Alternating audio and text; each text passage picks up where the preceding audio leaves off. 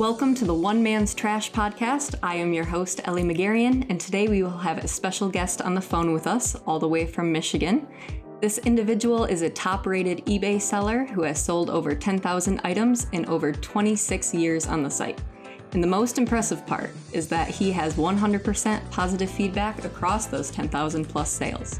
What's crazy to me is that with eBay celebrating its 30th anniversary of the site this year, this seller has been on the site nearly since the very beginning. So without further ado, I'd like to welcome today's guest, Jeff. How are you doing today, Jeff? Good.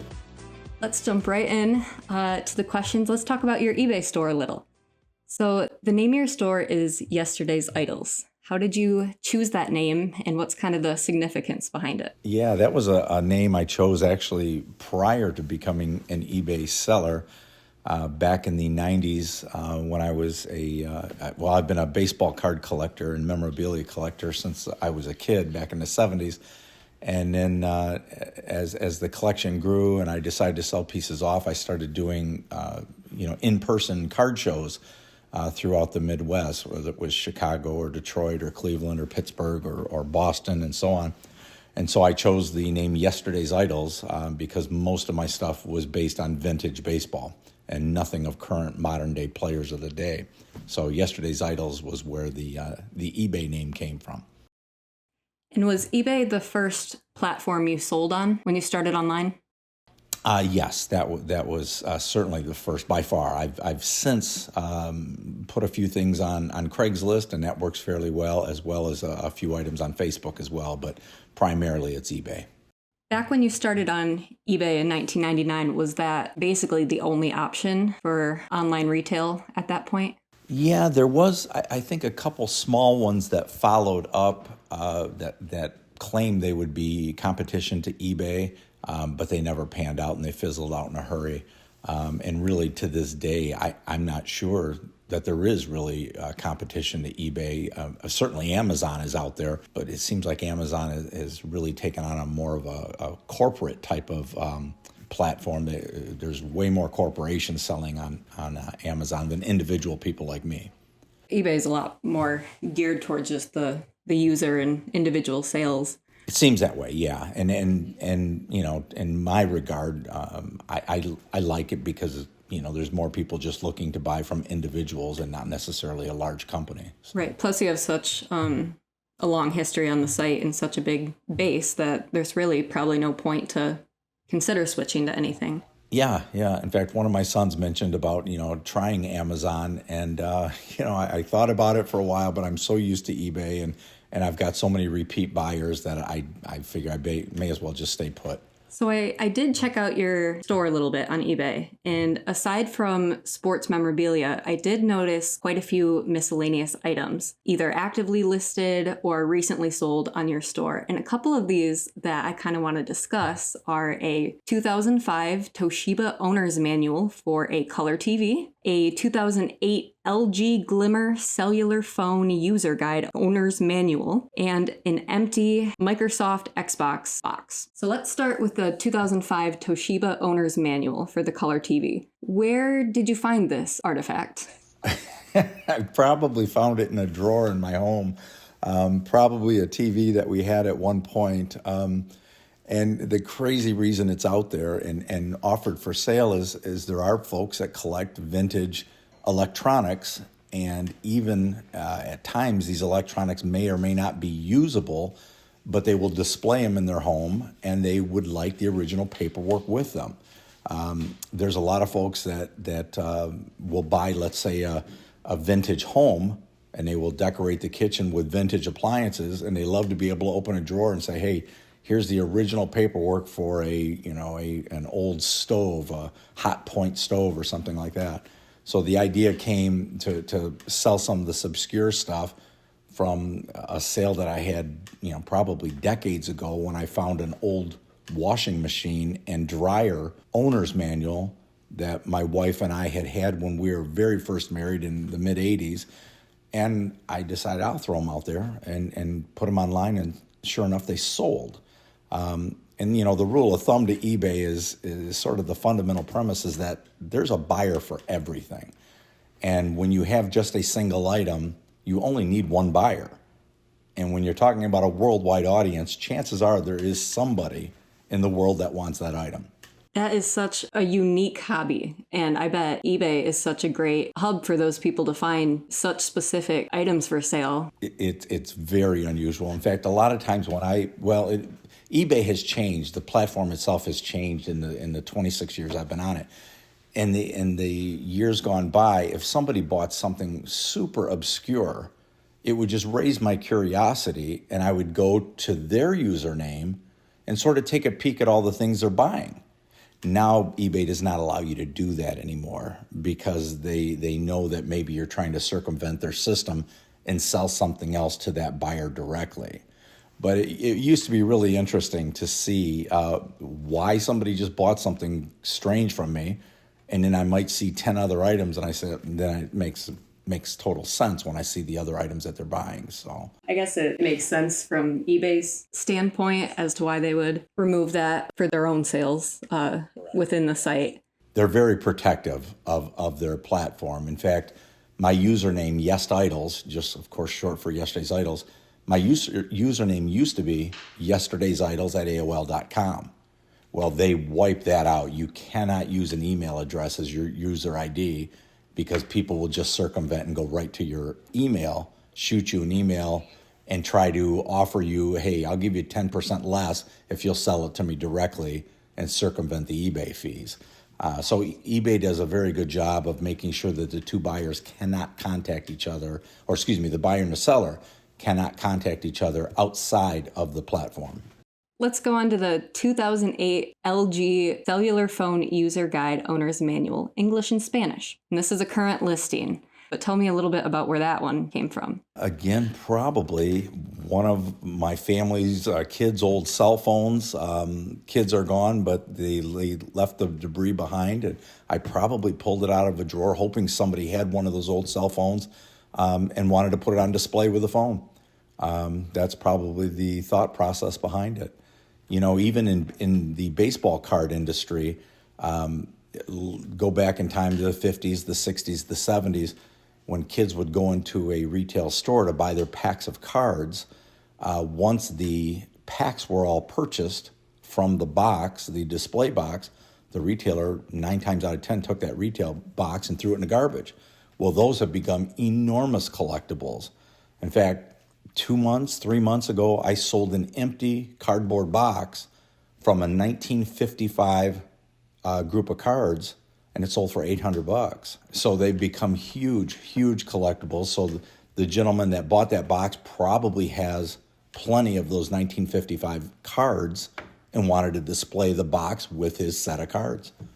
I think nowadays, too, with TikTok and the social media and so much content and other people's hobbies being able to be shared all across the world, I've seen a rise in collectors for some of these obscure items. Notably, I've seen empty iPhone boxes, and I've seen that those can go for some money on eBay, especially, you know, the original iPhone empty box. But it kind of comes in waves of like what's trending or what people are into. But yeah, like these empty boxes, there's people that buy all sorts of stuff. Like for instance, you sold an empty Xbox, a Microsoft Xbox controller box. I did. And that sold for $15. Yeah, and that's a box that should have went in the recycle bin.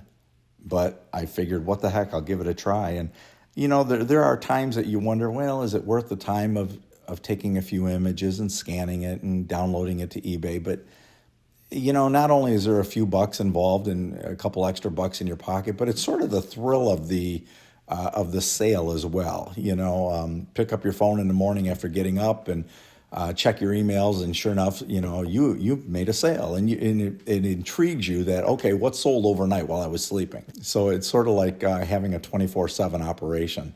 Even though you have 100% positive feedback, I can't imagine that all 10,000 plus of your transactions have been smooth. What are some of the difficult types of buyers that you've worked with?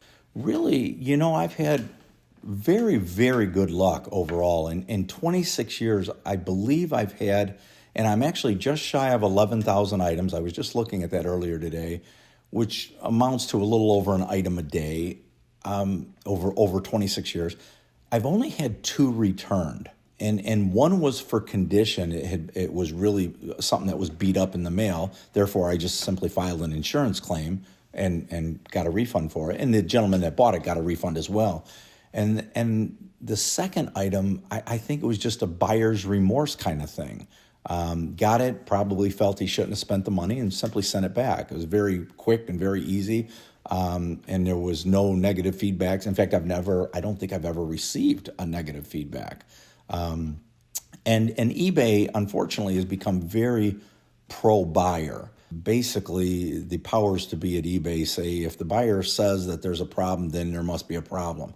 But I've had really, really good success, probably because of multiple images on every listing. I ship almost every day of the week, so I'm pretty prompt in getting product out to folks.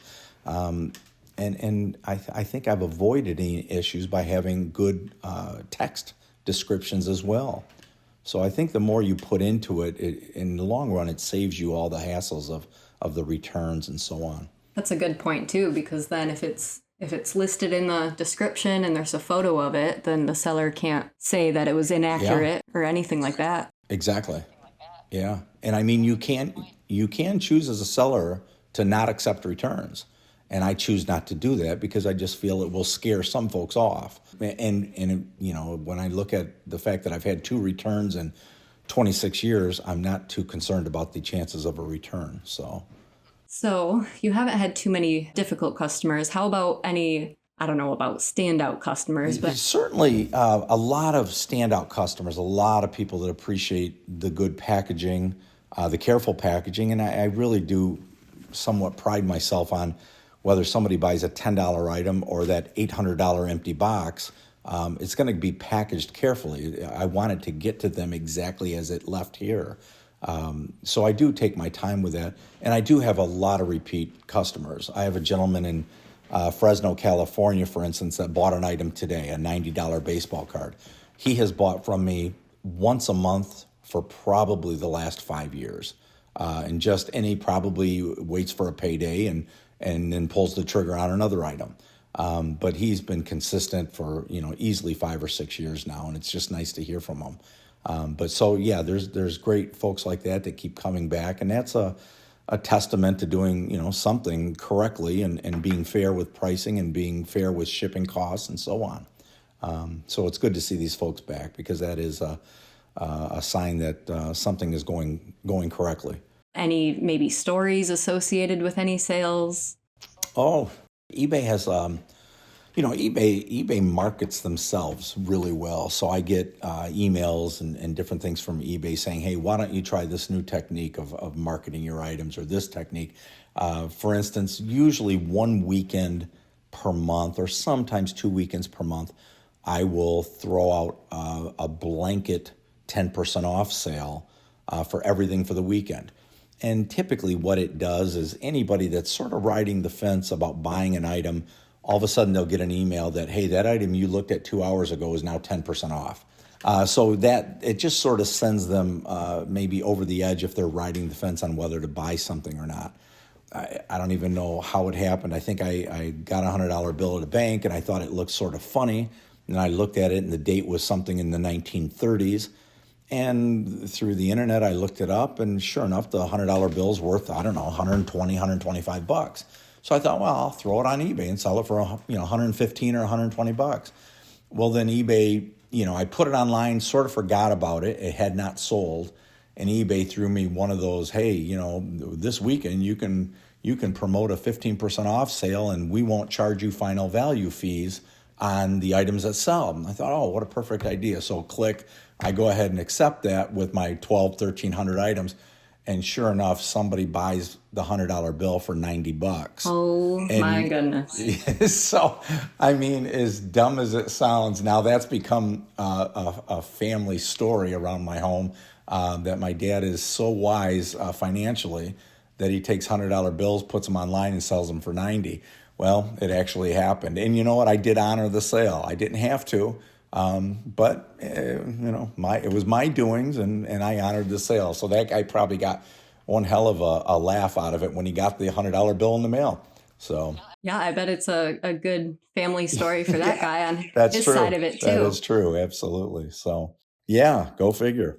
I'm, in a way, I think the guy was pretty brave to buy it because, most people nowadays would say, "Oh, that's a scam," or "It's not a real Hmm. $100 bill," or what have you. But, Hmm. but anyways, yeah, the $10 loss was worth the stories that I've told for the decades since that happened. So. Oh, that is too funny. So, why do you decide to list some of these items for sale rather than throw them out? Is the sale worth the hassle to you? Yeah, I mean, it is in two ways. And going back, you had mentioned earlier about different collections and empty boxes for iPhones and so on that have become popular. I think COVID, the period during the COVID pandemic, really raised interest in just general collecting. People are stuck at home. Some people formed new hobbies that they never thought they would enjoy. Others dug up hobbies that maybe they had as kids and jumped back into it. So I think COVID played a role in sort of progressing people's interest in hobbies and things that they could do at home. And then with the internet, it just makes it a slam dunk because it's so easy to find things quickly online. In my old days in the 70s, collecting, in my case, baseball cards, if I wanted to build a 1955 top set, well, I simply had to travel to card shows and talk to different vendors and dealers or order them through a magazine, literally send a check in the mail and hope the cards came back in the condition that they were advertised. It's so different now, and it's so easy to collect. And, you type in 1955 Mickey Mantle on eBay, and there's probably 50 people selling one. So the comparison, it makes it very easy for the buyer to purchase the items for their collection.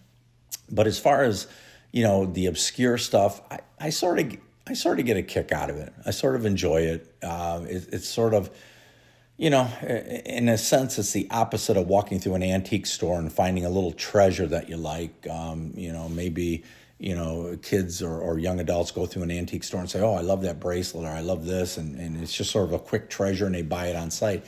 I look at it as sort of the opposite. The sale to me is sort of a quick glimmer of a treasure going to somebody that I was going to throw in the trash or I was going to throw in a recycle bin. So I just sort of look at it as partially fun, partially profitable. And if I filled somebody's need, if I filled somebody's desire to have that item, then I guess everybody's happy.